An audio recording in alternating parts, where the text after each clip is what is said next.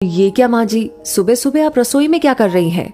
सुबह उठकर अपने कमरे से निकलते ही देसी घी की खुशबू सूंघते हुए सिया ने अपनी सास दामिनी जी से पूछा, बहू वो संक्रांति आने वाली है ना, तो मैंने सोचा शोभा और प्राची के लिए कुछ लड्डू बना दूं। पहले तो हमेशा ही बनाती थी उनके लिए। माँ जी, आपको पता भी आजकल देसी घी कितना महंगा हो गया है।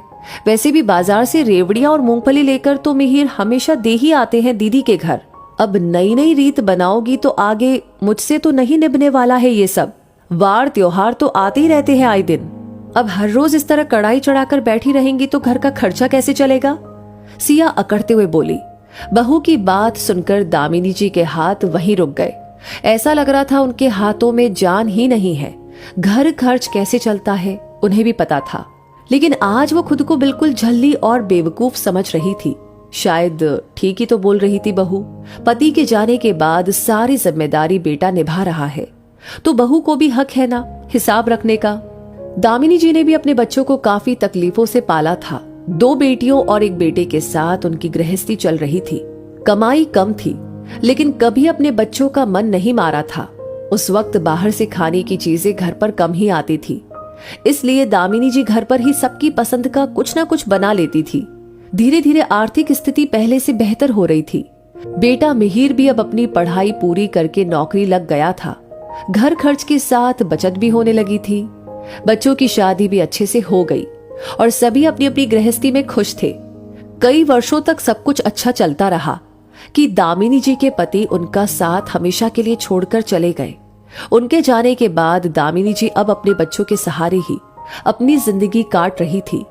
उन्होंने कभी अपनी इच्छाओं का बोझ अपने बेटे बहू पर नहीं डाला, लेकिन ससुर जी के जाने के बाद सिया की नजरों में दामिनी जी केवल घर में रखे सामान की तरह हो गई थी, जिसे घर में जगह तो मिलती है लेकिन अधिकार नहीं।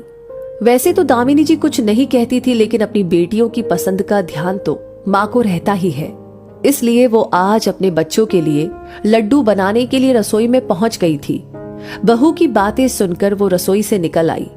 आंखों से आंसू तो नहीं टपके, लेकिन मन बहुत आहत था। सिया माथे पर त्योरिया लिए रसोई में आई। देखा घी में बेसन भुन चुका था। उसने लड्डू बांधे और डब्बे में भरकर ऊपर रख दिए। कुछ दिनों के बाद सिया अपनी माँ से बातें कर रही थी।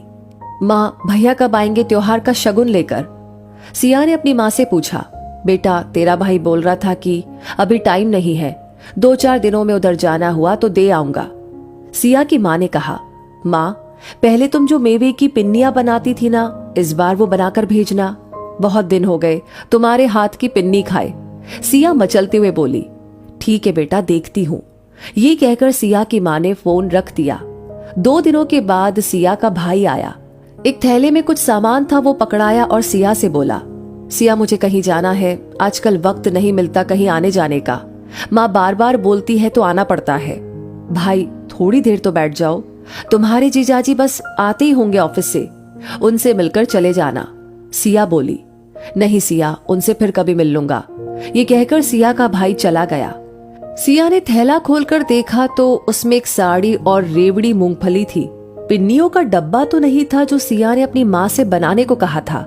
थोड़ी देर में सिया ने अपनी माँ के पास फोन किया। माँ, तुम पिन्नियां डालना भूल गई क्या? बेटा, वो मैंने कहा था तेरी भाभी से कि विनय को बोल दे सामान लाने के लिए, लेकिन क्या माँ? सिया ने पूछा। वो बोली कि सारी जिंदगी क्या बेटी को ही देती रहेंगी? इतना सामान क्या ऐसे ही आता है?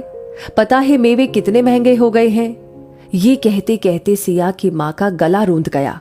माँ की बात सुनकर सिया के कान भी सुन्न पड़ गए थे। उसके दिमाग में अपनी कही बात गूंजने लगी थी जो उसने अपनी सास से कही थी। पता भी है देसी घी कितना महंगा हो गया है। सिया ने कांपते हाथों से फोन रख दिया। अगले दिन जब मिहिर अपनी बहनें शोभा और प्राची के यहाँ शगुन देने जा रहा था तो सिया ने 2 डिब्बों में लड्डू भी भर दिए। दामिनी जी ने सिया की ओर देखा तो उसकी नजरें पश्चाताप से झुक गई, लेकिन मुंह से शब्द नहीं निकल पाए। बस मिहिर से इतना ही कहा, दीदी से कहना कि माँ ने लड्डू भेजे हैं। दोस्तों, कहते हैं ना कि हमारे कर्म हम तक लौट कर आते हैं। अगर हम किसी का दिल दुखा सकते हैं तो खुद को भी उस दुख का सामना करने के लिए तैयार रखना चाहिए।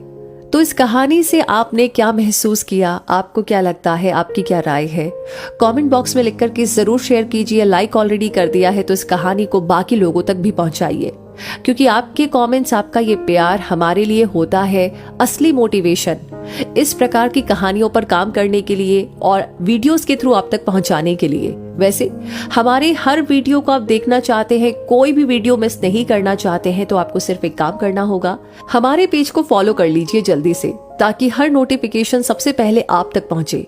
मिलूंगी अगली कहानी लेकर बहुत जल्दी ही, तब तक के लिए कहूंगी धन्यवाद।